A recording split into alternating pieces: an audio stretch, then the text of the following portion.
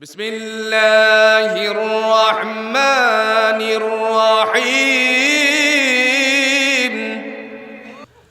فأما من ثقلت موازينه فهو في عيشة راضية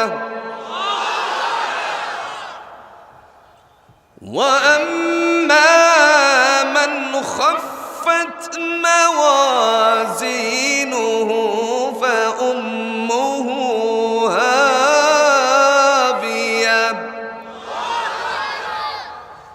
وما أدراك ما هي نار حامية। কে বলেছেন?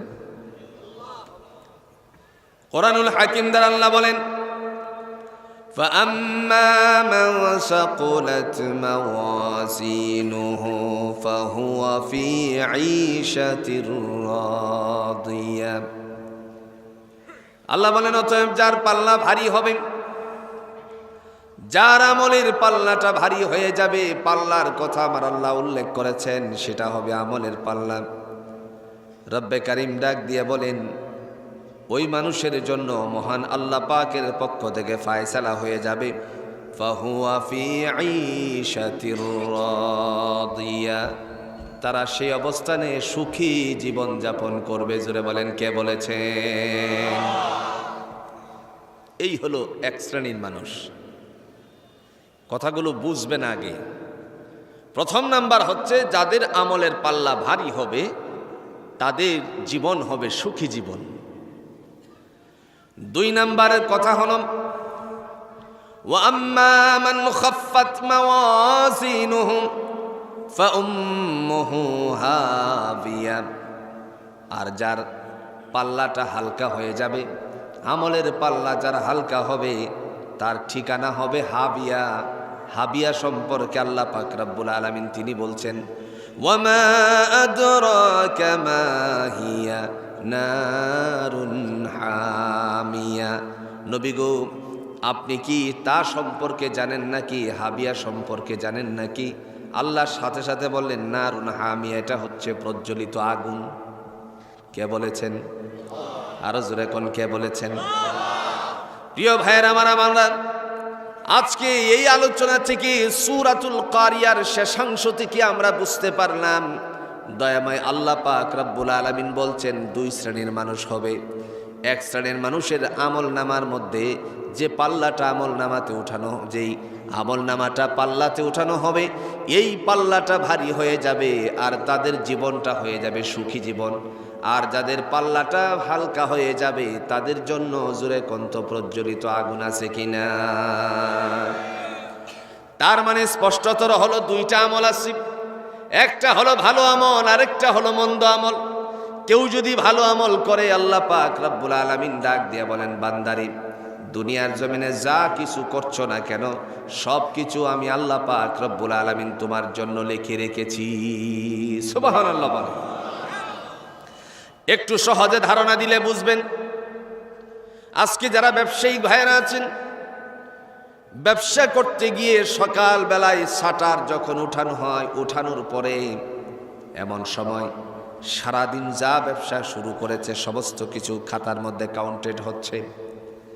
কয় টাকার মাল বিক্রি করলেন, কি মাল বিক্রি করলেন, কত টাকা লাভ হলো, সব কিছু আস্তে আস্তে করে একটি টালি খাতার মধ্যে লিপিবদ্ধ হয়। কথা বলেন, হয় কি হয় না? এমন একটা সময় আসি যখন মাহে রমজান চলে আসলো। মাহে রমাদান আসার পরে ব্যবসার মাত্রাটা আস্তে আস্তে করে বাড়তে শুরু করলো, কাস্টমার বাড়তে শুরু করলো।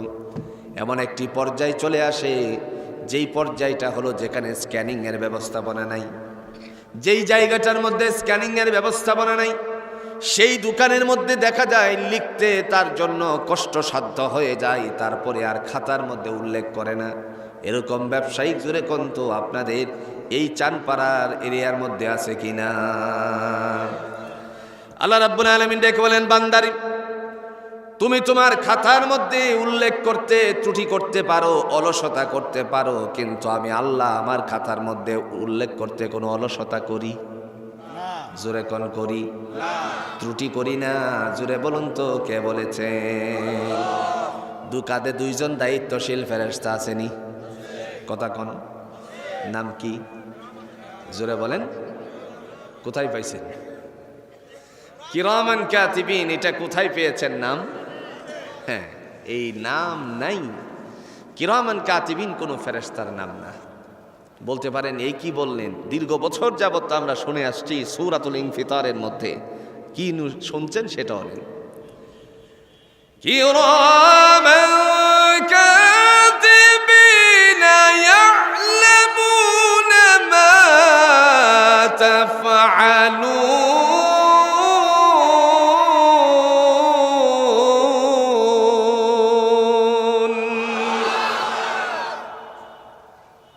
কিরামান অর্থ হচ্ছে সম্মানিত, কাতিবিন মানে লেখক সমূহ। আল্লাহ বলেন তোমার দু কাঁধে দুজন সম্মানিত লেখক ফিটিং দিয়েছি, তোমরা কি করছো না করছো সব কিছু লিপিবদ্ধ করার জন্য। একটু আস্তে কোন সুবহানাল্লাহ। মনে মনে আমরা প্রশ্ন করতে পারি আল্লাহ কি, আয় আল্লাহ তাআলা তুমি তো সম্মানিত লেখক ফিটিং করেছো লিপিবদ্ধ করার জন্য, আমি যে কাজগুলো করে সব কিছু কি লিপিবদ্ধ হয় নাকি? সকালবেলা থেকে সন্ধ্যা পর্যন্ত আবার প্রত্যুষ পর্যন্ত আমি যে কাজগুলো করি, কোনো কাজ হলো কল্যাণকর কাজ, কোনো কাজ হলো গুনাহের কাজ, ছোট্ট ছোট্ট সেগুলো কি আমার আমল নামাতে উঠে নাকি? রব্বে কারীম তিনি ডাক দিয়া বলেন, হে জগতের মানুষেরা শোনো, আমি তোমাদের মাঝে আমার একটা কিতাব অবতীর্ণ করেছি, যেই কিতাবটার নাম হলো আল কোরআন, কোরআনে হাকিম, কোরআনে মাজিদ। এরই একটা সূরা অবতীর্ণ করেছি যার নাম হলো সূরাতুল কামার। সূরাতুল কামারের 53 নম্বর আয়াতের মধ্যে আমি আল্লাহ 1450 বছর আগে তোমাদের জন্য দিক নির্দেশনা দিয়েছি, ছোট করো আর বড় করো, সমস্ত আমল নামার ভিতরের মধ্যে নেকি আর বদি, গুনাহ আর সওয়াব সবগুলো আমি আল্লাহ উল্লেখ করে রাখি। তোমার একটা টালি খাতা আছে, আসেনি? আল্লাহ বলেন আমার কাছে একটা খাতা আছে, আমার এই খাতাটা সম্পর্কে জানার জন্য তোমার মাঝে আমি যে কিতাবটা দিলাম কোরআনুল হাকিম, কোরআনে মাজিদ। ওমা আদরাকা মা ইল্লিয়ুন, নবী গো ইল্লিয়িন সম্পর্কে আপনি কিছু জানেন নাকি? বিশ্বনবীকে আমার আল্লাহ পাক রব্বুল আলামিন বললেন কিতাবুম মারকুম, সেটি হচ্ছে হিসাবের খাতা। সুবহানাল্লাহ বলতেন না? কিসের খাতা? দুনিয়ার হিসাবের খাতা আছে, আল্লাহর কাছেও হিসাবের খাতা আছে কিনা কোন? সেটার নাম হচ্ছে কিতাবুম মারকুম। আমি আল্লাহ তোমার জন্য হিসাবের খাতা রেখেছি। মনে মনে এবার আল্লাহ পাক রব্বুল আলামিনকে যদি প্রশ্ন করে আল্লাহ ছোট বড়, আল্লাহ কথাও আছে ওয়া কুল্লু সাগীরিন ওয়া কাবীরিন মুস্তাতর। আল্লাহ বলেন ছোট বড় যা কিছু করো না কেন রে বান্দা, ভালো করো আর মন্দ করো, সব কিছু লিপিবদ্ধ করে রাখার জন্য আমি আল্লাহর পক্ষ থেকে হিসাবের খাতা মজুদ করে রেখেছি। এরপরে আল্লাহ পাক বলেন বান্দারে শোনো, ভালো আমল যদি তোমার থাকে কিয়ামতের ময়দান কায়েম হবে।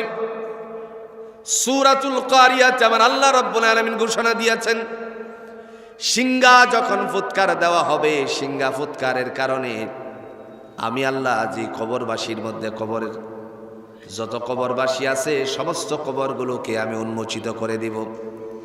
উন্মোচিত করে দেওয়ার পরে সবাই সেখান থেকে উঠে আমি আল্লাহর দিকে রওনা করবে হিসাবের খাতা বুঝে নেওয়ার জন্য। একটি মাঠ কায়েম করেছি যার নাম হলো হাসরের ময়দান। এই হাসরের ময়দানে জোরে কোন তো আমাদের উপস্থিত হওয়া লাগবে কি লাগবে না? উপস্থিত হয়ে যাব সবাই দৌড়ে গিয়ে উপস্থিত হওয়ার সময় আল্লাহ পাক রব্বুল আলামিনের বান্দারা একে অপরের দিকে তাকানোর কোনো সুযোগ থাকবে না। সবাই আমরা উপস্থিত হয়ে গেলে পরে আমার আল্লাহ পাক রব্বুল আলামিন ডাক দিয়ে বলেন আজকে তোমাদের জন্য আমি হিসাব নিকাশ শুরু করছি। তবে আমি কাহারো কাছে কোনো জুলুম করব না, কাহারো প্রতি কোনো জুলুম করব না। যা আছে তা ফাই টু ফাই করে বুঝিয়ে দেওয়ার জন্য জোরে কোন তো যথেষ্ট কে? রব্বে করিম ডাক দিয়া বলেন, হে জগতের মানুষেরা, আজকে যেহেতু উপস্থিত হয়েছ, উপস্থিত জনতার মাঝ থেকে আমার আল্লাহ পাক রব্বুল আলামিন হাসরের ময়দানে প্রথমত দুইটা কাতারা বন্দি করবেন। জোরে কোন কয়টা? খুব ভালো করে বোঝার চেষ্টা করেন, এটা তাফসিরুল কোরআন মাহফিল। দুইটা কাতার হবে, একটা কাতার হবে ডান দিকে আর একটা কাতার হবে বাম দিকে। ডান দিকে যারা থাকবে, মহান আল্লাহ পাক রব্বুল আলামিন বলেন তোমরা এখানেই থাকো। আর বাম দিকে যারা থাকবে, বাম দিকে কাতারা বন্দি যারা থাকবে, আমার আল্লাহ পাক বলেন তোমাদের জন্য আমার আর কোনো ফায়সালা নাই। সোজা চলে যাও একটি জায়গায়, সেই জায়গাটার মধ্যে আগুন দাও দাও করে জ্বলতে আছে। জোরে কোন কোথায়? আর একটু জোরে কোন কোথায়? বাম দিকে যারা থাকবে তারা সোজা যাবে কোথায়? প্রথম দুই কাতারের এক কাতার। এরা কারা? আল্লাহ বলতেছেন, والذين كفروا وكذبوا بآياتنا أولئك أصحاب النار أولئك أصحاب النار هم فيها خالدون।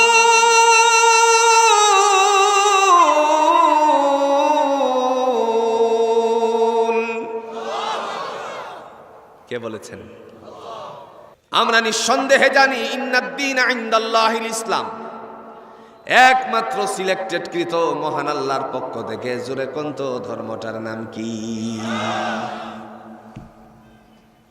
আর আমরা যারা মুসলমান আছি, আমাদের মর্যাদা জোরে কোন বাড়াইছেন কে? প্রিয় ভাইয়েরা আমার, এবার কাতার রয়ে গেল ডান দিকে। ডান দিকের কাতার যেটা আছে, মহান আল্লাহ পাক রব্বুল আলামিন ডাক দিয়ে বলেন, ডান দিকের কাতারা বন্দি যারা আছো, তোমাদের মাঝে আমি আল্লাহর পক্ষ থেকে আবার দুইটা তবকা করা হবে। প্রথম যে তবকা করা হতো, প্রশ্ন জাগতে পারে কোরআনে কি কোনো প্রমাণ আছে নাকি?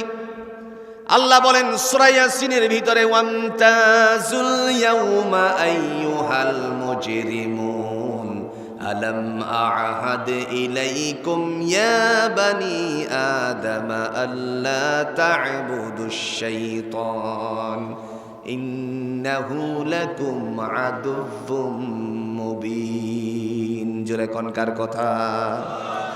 আসেনি কোরআনে? আল্লাহ বলবেন ওয়ামতাজুল ইয়াউমা আইয়ুহাল মুজরিমুন, বাধ্যগত দল থেকে অবাধ্যচারী দলেরা পৃথক হয়ে যাও। এই প্রথমত হলো দুই কাতার। এরপরে যেই দুই কাতারের কথা আমার আল্লাহ বলবেন, রব্বে করিম ডাক দিয়ে বলেন, দুনিয়ার জমিনে যেই মানুষেরা কল্যাণকর কাজের মধ্যে লিপ্ত ছিলে, আজকে তোমরা ডান দিকে থাকাও, ডান দিকে তোমরা থাকো। আর যারা অকল্যাণকর কাজের মধ্যে লিপ্ত ছিলে, গুনাহের কাজে লিপ্ত ছিলে, অন্যায় কাজে লিপ্ত ছিলে, দুনিয়ার জমিনে মুয়াজ্জিনের কণ্ঠ থেকে আজানের ধ্বনি উচ্চারিত হওয়ার সময় বলতো হাইয়া আলাস সালাহ। কথা কন না কেন? এসো নামাজের দিকে, হাইয়া আলাল ফালাহ, এসো কল্যাণের দিকে। কল্যাণের ডাকটা শোনার পরে তোমরা অকল্যাণের দিকে দৌড়াতে, আজকের দিনে তোমরা আমার কাছে উপস্থিত হয়েছ। ডান দিকের কাতারাবন্দি থেকে তোমরা এবার বাম দিকে চলে যাও। বাম দিকে চলে যাওয়ার পরে আল্লাহ ডেকে বলবেন, যারা ডান দিকে আসো, তোমাদের জন্য আমি আল্লাহর পক্ষ থেকে একটি বড় ফায়সালা করেছি। রব্বে কারিম বলেন, আজকে তোমাদের ডান হাতে আমি আমলনামা দান করে দিব। আর একটু জোরে কোন সুবহানাল্লাহ। আমলনামা দিবে কে? জোরে কোন হাতে? ডান হাতে। কে বলেছেন? তাদের অবস্থা কি হবে? فأما من أوتي كتابه بيمينه فيقول هاؤم اقرءوا كتابيه। আল্লাহ রাব্বুল আলামিন ডেকে বলেন, যার ডান হাতে আমলনামাটুকু দেওয়া হবে তাদেরকে ঘোষণা দেওয়া হবে, তোমাদের আমলনামা নিজেরা পড়ে দেখো। বান্দা এবার তাকাবে তার নিজের আমলনামার দিকে, এরপরে বলবে আল্লাহ কোন দিন আমি আমলনামাগুলোর মধ্যে জমা করেছি। রব্বে কারিম ডাক দিয়া বলবেন, তোমাদের এই যে চানপাড়া কেন্দ্রীয় শাহী মসজিদ, এই জামে মসজিদের উদ্যোগে একটি তাফসিরুল কোরআন মাহফিল হয়েছিল। সমস্ত আরামের বিছানাটারে দূরে সরিয়ে দিয়ে তারপরে তোমার এই পিঠটাকে আলোক করে এখানে গিয়ে উপস্থিত হয়েছিলে। তুমি যে একটা ছোট্ট ছোট্ট কদম দিয়ে গিয়েছিলে, আমি আল্লাহ প্রত্যেকটা কদমে কদমে তোমার আমলনামার মধ্যে আজকের এই আমলনামাটার মধ্যে সব জমা করে রেখেছি। সেই সময়ের মধ্যে আল্লাহর বান্দা ডেকে বলবে, আল্লাহ যেহেতু তুমি আমার এই আমলনামার মধ্যে জমা করে রেখেছ, সেই দিনের একটি কথা আমি তোমাকে না বলে নাই, না বললে তো আমার কার্পণ্যতা হয়ে যাবে। রব্বে কারিমকে ডেকে বলবে, আল্লাহ ওই দিনে যাওয়ার পরে সানপাড়া কেন্দ্রীয় শাহী জামে মসজিদের তাফসিরুল কোরআন মাহফিলে যাওয়ার পরে তোমার এক বান্দা কিশোরগঞ্জের থেকে এসে বলেছিল, কিয়ামতের ময়দানে কঠিন মুসিবতের দিনে আল্লাহ যখন একত্রিত করবে, ডান হাতে আমলনামা যাদের আসবে, মহান আল্লাহ পাক রব্বুল আলামিন তাদেরকে সুখী জীবন যাপনের ব্যবস্থাপনা করে দিবে। সেদিন থেকে আমি মন্দ যত কাজগুলো ছিল সমস্ত মন্দ কাজগুলো ছেড়ে দিয়ে আমার তাওবা করে ওই দিন থেকে ভালো কাজগুলো ধরেছিলাম, এবং আমার এই কথাটা জানা হয়ে গিয়েছিল কিয়ামতের ময়দানে তোমার সামনে আমাকে উপস্থিত হতে হবে। ঠিক কিনা বলে? কার দিকে ফিরে যেতে হবে? সুম্মা ইলাইনা তুরজাউন। ফিরে যেতে হবে কার দিকে? আল্লাহর দিকে। সে ডাক দিয়ে বলবে, ইন্নী যানানতু আন্নী মুলাকিন হিসাবিয়া।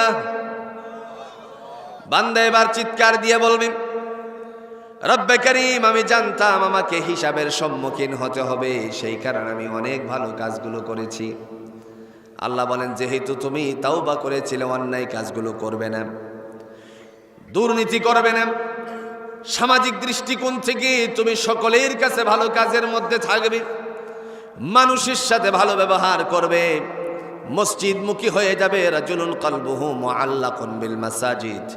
আমার নবী বলছিল, যারা মসজিদের সাথে সম্পৃক্ত থাকে, আমার কিয়ামতের ময়দানে তাদের সাথে আমার নবী তার অবস্থান তৈরি করবে।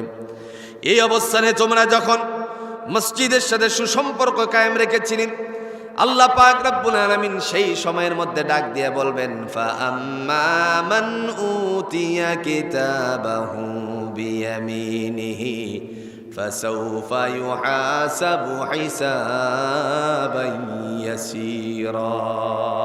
চিৎকার মেরে বলুন সুবহানাল্লাহ। হিসাব কার কাছে?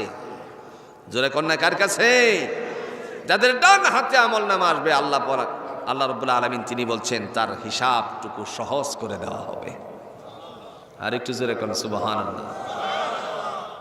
আমরা আল্লাহর কাছে হিসাব নিকাশটাকে সহজ চাই তো ইনশাআল্লাহ। মালিক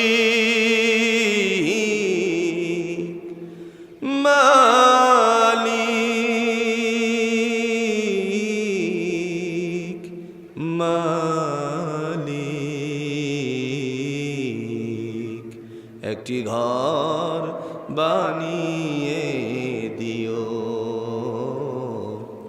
একটি ঘর বানিয়ে দিও।